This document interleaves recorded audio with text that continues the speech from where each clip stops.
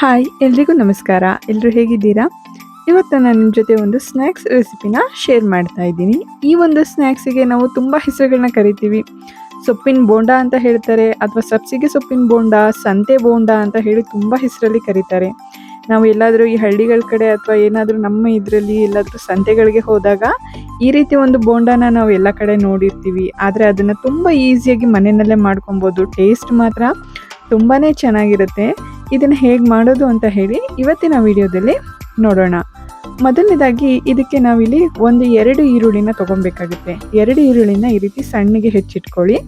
ಅದ್ರ ಜೊತೆಗೆ ನಿಮಗೆ ಖಾರಕ್ಕೆ ಎಷ್ಟು ಬೇಕಷ್ಟು ಹಸಿರು ಮೆಣಸಿನ್ಕಾಯಿ, ಸ್ವಲ್ಪ ಕರಿಬೇವಿನ ಸೊಪ್ಪನ್ನು ಕೂಡ ಸೇರಿಸ್ಕೊಬೇಕು. ಎಲ್ಲನೂ ಕೂಡ ಸಣ್ಣಗೆ ಹೆಚ್ಚಿಟ್ಟೆ ಹಾಕ್ಕೊಬೇಕು. ಸ್ವಲ್ಪ ಕೊತ್ತಂಬರಿ ಸೊಪ್ಪು, ಕರಿಬೇವು, ಹಾಗೆಯೇ ಖಾರಕ್ಕೆ ಎಷ್ಟು ಬೇಕಷ್ಟು ಹಸಿರು ಮೆಣಸಿನ್ಕಾಯಿ. ಇದಕ್ಕೆ ನಾವು ಖಾರದ ಪುಡಿನೂ ಕೂಡ ಹಾಕ್ಕೊಬೋದು. ನಾನಿಲ್ಲಿ ಬರೀ ಹಸಿರು ಮೆಣಸಿನ್ಕಾಯಿ ಮಾತ್ರ ಯೂಸ್ ಮಾಡ್ತಾ ಇದ್ದೀನಿ. ಹಾಗೆ ಇದಕ್ಕೆ ಸಣ್ಣಗೆ ಹೆಚ್ಚಿರ್ತಕ್ಕಂಥ ಸಬ್ಸಿಗೆ ಸೊಪ್ಪನ್ನು ಕೂಡ ಹಾಕ್ತಾ ಇದ್ದೀನಿ. ಈ ಸಬ್ಸಿಗೆ ಸೊಪ್ಪನ್ನು ಹಾಕೋದ್ರಿಂದ ಅದ್ರ ಟೇಸ್ಟ್ ಕೂಡ ತುಂಬಾ ಚೆನ್ನಾಗಿರುತ್ತೆ. ಹಾಗೆಯೇ ಇದಕ್ಕೆ 1/4 ಟೇಬಲ್ ಸ್ಪೂನಷ್ಟು ಅರಿಶಿನ ಪುಡಿ, ಹಾಗೆಯೇ 1/4 ಟೇಬಲ್ ಸ್ಪೂನಷ್ಟು ಜೀರಿಗೆ, ಹಾಗೆಯೇ ಸ್ವಲ್ಪ ಅಜ್ವಾಯಿನ್ನು ಕೂಡ ಹಾಕ್ತಾ ಇದ್ದೀನಿ. ಓಂ ಕಾಳು ಅಂತ ಏನು ಹೇಳ್ತಾರೆ, ಅದನ್ನು ಕೂಡ ಇದಕ್ಕೆ ಸೇರಿಸ್ಕೊತಾ ಇದ್ದೀನಿ. ಈ ರೀತಿ ಹಾಕಾದ್ಮೇಲೆ ಇದಕ್ಕೆ ನಾನಿಲ್ಲಿ 2 ಸ್ಪೂನಷ್ಟು ಅಕ್ಕಿ ಹಿಟ್ಟನ್ನು ಕೂಡ ಸೇರಿಸ್ತಾ ಇದ್ದೀನಿ. ಈ ಸ್ಟೇಜಲ್ಲಿ ನಿಮಗೆ ಖಾರದ ಪುಡಿ ಬೇಕು ಅಂತ ಅನಿಸಿದ್ರೆ ಖಾರದ ಪುಡಿನೂ ಕೂಡ ಹಾಕೊಬೋದು. ಇದ್ರ ಜೊತೆಗೆ ನಾನಿಲ್ಲಿ ಒಂದು ಕಪ್ ಅಳತೆಯಲ್ಲಿ ನಾನು ಕಡಲೆ ಹಿಟ್ಟನ್ನು ಹಾಕ್ಕೊತಾ ಇದ್ದೀನಿ. ಇದಕ್ಕೆ ಬೇರೆ ಯಾವುದೇ ರೀತಿ ಚಿರೋಟಿ ರವೆ ಆಗಲಿ ಏನು ಕೂಡ ಮಿಕ್ಸ್ ಮಾಡೋವಂಥ ಅವಶ್ಯಕತೆ ಇಲ್ಲ. ರುಚಿಗೆ ಎಷ್ಟು ಬೇಕಷ್ಟು ಉಪ್ಪನ್ನು ಕೂಡ ಸೇರಿಸ್ಕೊಂಡು ಎಲ್ಲನೂ ಕೂಡ ಒಂದ್ಸಲ ಚೆನ್ನಾಗಿ ಡ್ರೈ ಮಿಕ್ಸ್ ಮಾಡ್ಕೊಳ್ಳಿ.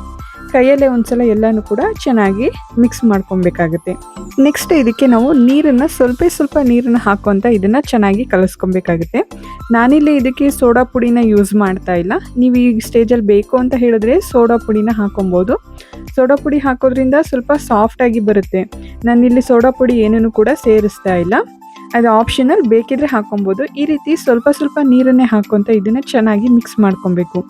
ತುಂಬ ಗಟ್ಟಿಯಾಗೂ ಕಲಿಸ್ಕೊಬಾರ್ದು, ತುಂಬ ತೆಳುವಾಗೂ ಕೂಡ ಕಲಿಸ್ಕೊಬಾರ್ದು. ನೋಡಿ, ಹಿಟ್ಟು ಈ ಹದಕ್ಕೆ ಬಂದ್ರೇ ಸಾಕಾಗುತ್ತೆ. ನೋಡಿ, ಈಗ ನಾವು ಇದನ್ನು ಹೇಗೆ ಬೇಕಾದ್ರೂ ನಾವು ಎಣ್ಣೆಯಲ್ಲಿ ಹಾಕಿ ಫ್ರೈ ಮಾಡ್ಕೊಬೋದು.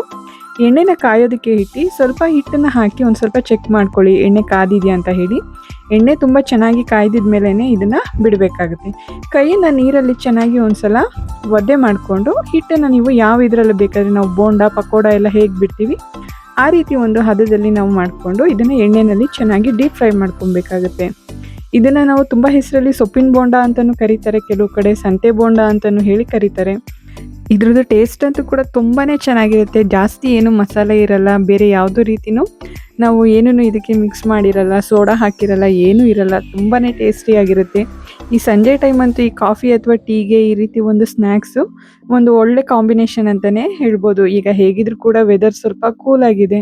ಸಂಜೆ ಟೈಮ್, ಕಾಫಿ ಟೈಮಲ್ಲೆಲ್ಲ ಈ ರೀತಿ ಒಂದು ಸ್ಪೆಷಲಾಗಿ ಏನಾದರೂ ಬೋಂಡ ಮಾಡ್ಕೊಂಡು ತಿಂದ್ರಂತೂ ತುಂಬಾ ಚೆನ್ನಾಗಿರುತ್ತೆ. ನೀವು ಈ ರೆಸಿಪಿನ ಮನೆಯಲ್ಲಿ ಟ್ರೈ ಮಾಡಿ ಹೇಗೆ ಬಂತು ಅಂತ ಹೇಳಿ ನನಗೆ ತಿಳಿಸಿ. ನೋಡಿ, ಈ ರೀತಿ ಸ್ವಲ್ಪ ಗೋಲ್ಡನ್ ಬ್ರೌನ್ ಆಗೋವರೆಗೂ ಕೂಡ ಮೀಡಿಯಂ ಫ್ಲೇಮ್ನಲ್ಲಿ ಇದನ್ನು ಚೆನ್ನಾಗಿ ಫ್ರೈ ಮಾಡ್ಕೊಬೇಕಾಗುತ್ತೆ. ನಾವು ಹಾಕಿದ ತಕ್ಷಣ ಒಂದು ಹೈ ಫ್ಲೇಮಲ್ಲಿ ಹಾಕಿ ಫ್ರೈ ಮಾಡ್ಕೊಳ್ಳೋದಕ್ಕಿಂತ ಎಣ್ಣೆ ಎಲ್ಲ ಚೆನ್ನಾಗಿ ಕಾಯ್ದಾದ್ಮೇಲೆ ಬೋಂಡ ಎಲ್ಲ ಹಾಕ್ಕೊಂಡು ಉರಿನ ಸ್ವಲ್ಪ ಮೀಡಿಯಂ ಫ್ಲೇಮ್ನಲ್ಲಿ ಇಟ್ಕೊಂಡು ಸ್ವಲ್ಪ ಅದು ಗೋಲ್ಡನ್ ಬ್ರೌನ್ ಆಗೋವರೆಗೂ ಕೂಡ ಎಣ್ಣೆದು ನಾವು ಏನಿದೆ ಈ ರೀತಿ ಗುಳ್ಳೆ ಎಲ್ಲ ಬರ್ತಾ ಇರುತ್ತಲ್ಲ ಅದೆಲ್ಲ ಪೂರ್ತಿಯಾಗಿ ಕಡಿಮೆ ಆಗೋವರೆಗೂ ಕೂಡ ನಾವು ಇದನ್ನು ಚೆನ್ನಾಗಿ ಫ್ರೈ ಮಾಡ್ಕೊಂಡಷ್ಟು ಕೂಡ ತುಂಬ ಚೆನ್ನಾಗಿರುತ್ತೆ. ಮನೆಯಲ್ಲಿ ಏನಾದರೂ ಬೆಳಗ್ಗೆ ಟೈಮ್ ಏನಾದರೂ ನಾಷ್ಟಕ್ಕೆ ಈ ರೀತಿ ಚಿತ್ರಾನ್ನ ಅಥವಾ ಏನಾದರೂ ಪಲಾವ್ ಏನಾದರೂ ಮಾಡಿದರೆ ಅದ್ರ ಜೊತೆಗಂತೂ ಇದ್ರ ಕಾಂಬಿನೇಷನ್ ತುಂಬಾ ಚೆನ್ನಾಗಿರುತ್ತೆ.